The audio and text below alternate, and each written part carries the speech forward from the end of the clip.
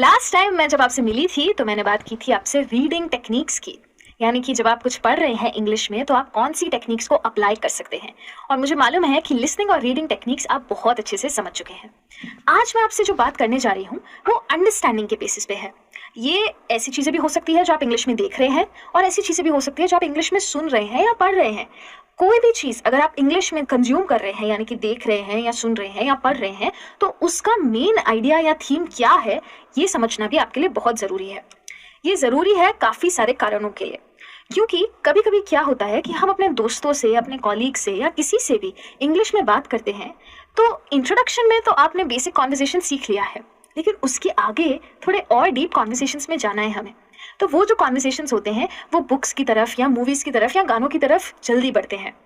हो सकता है कि कोई मैसेज, कोई आइडिया हो जो आपको किसी मूवी से मिला हो और आप दो लोग उसके बारे में बात कर रहे हैं इंग्लिश में। तो वो बात आप तब कर पाएंगे जब आपको वो आइडिया समझ में आएगा, तभी ही आप कोई ऐसी बात उनके साथ छेड़ पाएंगे। इन सब चीज़ों के लिए आपको सेंट्रल आइडिया का समझना बहुत ज़रूरी है। अगर कोई भी आर्टिकल है या कोई भी किताब है तो हर एक चीज़ में एक मेन आइडिया होता है और उसके पीछे और भी बहुत सारे सपोर्टिंग आइडियाज़ होते हैं।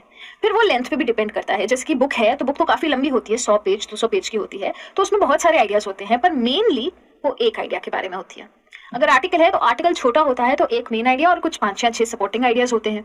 तो आपको सबसे पहले तो ये पता चलना चाहिए कि मेनली किस चीज़ के बारे में है। अगर मूवी है तो उसकी स्टोरी क्या है। शॉर्ट में स्टोरी जानने की कोशिश करता है हर कोई जब आप पिक्चर देख के आते हैं तो वो मेन आइडिया होता है। तो अगर आपको ये समझ में आ गया तो आप कोई भी चीज़ इंग्लिश में जनरली समझ पाएंगे।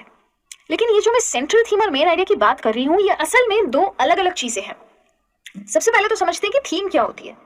थीम वो होती है जो हमने मैसेज लिया किसी भी चीज़ से, मूवी या किताब से कोई मैसेज मिला या कोई कोई सीख मिली, तो वो है थीम। आइडिया वो है जो टेक्स्ट या मूवी मेनली जिसके बारे में है, जो उसका मेन पॉइंट है, यानी कि जो चीज़ हो रही है मेनली उसके अंदर, वो आपका आइडिया है। थीम एक से ज़्यादा हो सकती है क्योंकि सीख एक से ज़्यादा मिल सकती है किसी भी पिक्चर या किताब से, और आइडिया एक ही होता है, इसीलिए उसे मेन आइडिया कहते हैं, क्योंकि वो एक ही होता है और वो मेन कहानी होती है किसी भी किताब या पिक्चर की। थीम, जैसे कि हमने बचपन में मॉरल स्टोरी पढ़ी थी, उसमें मॉरल आते थे, थीम वो होती है। जैसे कि honesty is the best policy एक थीम है। आइडिया मेन टॉपिक नहीं होता, टॉपिक तो हमें हेडिंग बताता है।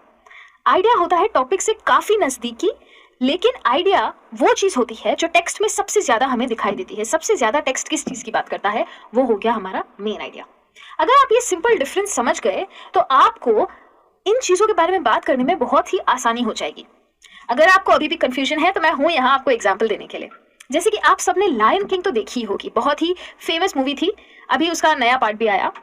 लायन किंग जब ये एनिमेटेड वर्जन में आया, अगर आपने देखा हो, तो उसका जो मेन आइडिया है वो ये है कि एक छोटा बच्चा है लायन का, जो कि बड़ा होके अपने बुरे अंकल को वॉर में हरा देता है और उसे वो किंगडम वापस मिल जाता है, उसे अपना राज्य वापस मिल जाता है। ये चीज़ पिक्चर में होती है, ये उसका मेन कहानी यानी कि मेन स्टोरी है, मतलब उसका मेन आइडिया। लेकिन थीम वो है जो हम उस पिक्चर से सीखे हैं, जैसे कि अच्छाई की हमेशा जीत होती है, अच्छाई हमेशा बुराई से जीत जाती है, या अगर आप कुछ बुरा करेंगे तो वो चीज़ लोगों को पता चलने ही वाली है, तो बुरा करके कोई मतलब नहीं है। तो वो चीज़ हमें वो मूवी सिखा रही है, इसीलिए वो है हमारा सेंट्रल थीम। थीम को सेंट्रल इसीलिए कहते हैं क्योंकि थीम्स बहुत सारे हो सकते हैं, पर थीम भी एक मेन होता है। जैसे अगर अच्छाई बुराई को जीत सकती है तो वो मेरा सेंट्रल थीम होगा, और बाकी के जितने थीम्स है वो एक्स्ट्रा थीम्स है। अब ये चीज़ आप सोच रहे होंगे कि स्पोकन इंग्लिश में क्यों काम आएगी। स्पोकन इंग्लिश में ये इसीलिए काम आती है क्योंकि आप बात किस चीज़ के बारे में करेंगे। ज़्यादातर लोग इन्हीं चीज़ों के बारे में बात करते हैं। जब आप दोस्तों से मिलते हैं या जब आप किसी से भी बात करते हैं तो ज़्यादातर लोग उन्हीं चीज़ों के बारे में बात करते हैं कि जो चल रही है आजकल दुनिया में, या तो करंट टॉपिक्स, या फिर पिक्चरें, या फिर किताबें, या फिर म्यूजिक। ये कॉन्वर्जेशंस, जैसे कि अगर आपने थीम की बात करी, honesty is the best policy, तो ये कॉन्वर्जेशन थोड़ा और डीप होता जाएगा और आप उस इंसान को बेहतर जान पाएंगे। इसीलिए ये स्पोकन इंग्लिश में बहुत ज़्यादा ज़रूरी है। अब समझते हैं कि हम ये मेन आइडिया को समझेंगे कैसे। तो सबसे पहला टिप तो मेरा ये है कि हर एक टेक्स्ट का या पिक्चर का नाम होता है, यानी कि हेडिंग और टाइटल होता है। अगर लिखा हुआ टेक्स्ट नहीं है तो नाम होगा, अगर लिखा हुआ टेक्स्ट है तो हेडिंग होगा। तो सबसे पहले तो हेडिंग पढ़ लीजिए, क्योंकि वो है हमारा टॉपिक, जिसके बारे में वो चीज़ है। टॉपिक और मेन आइडिया अलग चीज़ें होती है, ये ध्यान में रखिएगा, पर टॉपिक से काफ़ी नज़दीक होता है मेन आइडिया। मेन आइडिया जानने के लिए मैंने आपको पिछली क्लास में बताया था कि अगर कुछ लिखा हुआ है तो आप स्किमिंग कर सकते हैं। रीडिंग करना है किसी टेक्स्ट का तो स्किमिंग कीजिए, आपको मेन आइडिया मिल जाएगा। अगर मूवी है तो वो तो आप वैसे भी पूरी देखने वाले हैं, तो आपको उसकी मेन स्टोरी को एक लाइन में समराइज करना है ये जानने के लिए कि उसका मेन आइडिया क्या है। अगर आपको मेन आइडिया इस तरीके से समराइज करना आ गया तो अच्छा है। कई बार हमारे टेक्स्ट बहुत लंबे होते हैं, जैसे कि किताबें होती है या लंबे लंबे आर्टिकल्स होते हैं या प्रेजेंटेशन होते हैं, और आप उसको समराइज यानी कि उसको छोटे में बताना चाहते हैं कि मेन आइडिया क्या है। तो फिर अगर कोई लव स्टोरी है तो हो सकता है एक लड़के को लड़की से प्यार हुआ, उन्हें शादी करनी थी, माँ बाप मान नहीं रहे थे, लड़के ने विलन को हरा दिया और फिर उन्होंने शादी कर ली। ये हो गया मेन आइडिया। हो सकता है कोई सस्पेंस नॉवल आप पढ़ रहे हैं, उसका मेन आइडिया कुछ और होगा। तो जो भी कहानी है, अगर टेक्स्ट आपका बहुत लंबा है या पिक्चर है बहुत लंबा है, तो जो कहानी है उसको एक लाइन में बोलने की कोशिश कीजिए, आपका मेन आइडिया आपको मिल जाएगा। अगर आप मेन आइडिया समझ गए हैं तो सेंट्रल थीम समझने में टाइम नहीं लगेगा, क्योंकि सेंट्रल थीम समझना मेन आइडिया से समझने से बहुत ज़्यादा ईजी है।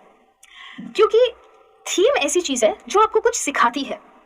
कोई भी टेक्स्ट या विजुअल आर्ट यानी कि वीडियो आपको कुछ ना कुछ सिखाता है। अरे आपके पास जो व्हाट्सएप के फॉरवर्डेड मैसेजेस आते हैं वो भी आपको काफ़ी कुछ सिखाते हैं, तो वो हो जाती है हमारी थीम्स। लेकिन एक बात याद रखिए, कोई भी ऐसी चीज़ जो हमें सीखने मिल रही है किसी भी और वीडियो से या टेक्स्ट से, तो वो राइटर डायरेक्टली आपको नहीं बोलेगा। जैसे बचपन में मॉरल स्टोरी के नीचे मॉरल लिखा होता था, ये चीज़ आज नहीं होती, तो वो आपको समझना है। हो सकता है आपने कुछ और समझा, किसी और ने कुछ और समझा, क्योंकि थीम्स एक से ज़्यादा हो सकती है किसी भी चीज़ में, तो ये बात का ध्यान रखना बहुत ज़रूरी है। जैसे कि सिंड्रेला तो आप सबने देखी ही होगी। बचपन में हर किसी को सिंड्रेला बहुत अच्छी लगती है। मूवी है जिसमें एक लड़की काफ़ी गरीब होती है और उसके पापा की डेथ हो जाती है और उसे अपनी स्टेप मदर और स्टेप सिस्टर्स के साथ रहना पड़ता है, यानी कि सौतेली माँ और सौतेली बहनों के साथ रहना पड़ता है, और उसके साथ बहुत बुरी चीज़ें होती हैं। लेकिन वो अपने सपनों का साथ नहीं छोड़ती और उसे एक बहुत ही हैंडसम प्रिंस मिल जाता है और उसकी ज़िंदगी बदल जाती है। ये सिंड्रेला की स्टोरी है, मतलब मेन आइडिया। पर सिंड्रेला में हमें सीखने को क्या मिलता है? वो लड़की के साथ इतना बुरा होता है लेकिन वो अपनी अच्छाई नहीं छोड़ती, अपनी काइंडनेस को नहीं छोड़ती। तो सीखने को ये मिलता है कि काइंडनेस कभी छोड़नी नहीं चाहिए। सीखने को ये भी मिलता है कि अच्छाई की हमेशा जीत होती है बुराई के खिलाफ। अगर आप अच्छे हैं तो बुराई आपको काट नहीं पाएगी। तो ये चीज़ें मैं सीखी हूँ सिंड्रेला से। आप शायद कुछ और सीखेंगे तो वो आपका थीम हो जाएगा। इस तरीके से थीम चेंज होता रहता है। अब आपकी बारी है चेक करने की कि आपको समझ आया या नहीं। यहाँ पे मैंने आपको एक पैराग्राफ दिया है। मैं चाहती हूँ कि आप सोचें कि इसका मेन आइडिया और सेंट्रल थीम क्या है। आपके लिए पढ़ने वाली हूँ मैं ये पैराग्राफ, बहुत शांति से क्लोज रीडिंग करके पढ़ूंगी। Julia's report card reflected poor grades. She felt she would get in trouble, so she hid her report card from her parents. When her parents discovered what her grades were, they grounded her for trying to hide the truth. तो Julia के marks अच्छे नहीं आए थे, इसलिए उसे बहुत डर लग रहा था कि अब तो तकलीफ में पड़ जाएगी। इसीलिए मम्मी पापा को रिपोर्ट कार्ड नहीं बताया। बहुत बार हम सब ने बचपन में ये किया था। जब उसके मम्मी पापा को पता चला कि क्या मार्क्स आए थे तो वो और गुस्सा हो गए और उसे घर में बंद कर दिया, क्योंकि उसने झूठ बोला। अब इसका मेन आइडिया क्या है कि जूलिया डरी हुई थी और उन्होंने झूठ बोला, ये है मेन आइडिया। और जब पकड़ा गया झूठ तो उन्हें पनिशमेंट भी मिली। और थीम ये है कि झूठ बोलने से किसी का भला नहीं हुआ, इसलिए सच की राह पर चलो। जो मैंने सीखा वो मेरी थीम और जो हुआ वो है मेन आइडिया। आई होप आप सबको मेन आइडिया और सेंट्रल थीम का फर्क पता चल गया है। इस क्लास में मैंने डिटेल में आपको समझाया है कि जब कुछ होता है, जब हम कुछ पढ़ते हैं या सुनते हैं या देखते हैं, तो उसका मेन आइडिया होता है ये जो उसमें मेनली हुआ है, या वो मेनली उस चीज़ के बारे में बात कर रहा है। और थीम हो जाती है वो चीज़ जो हम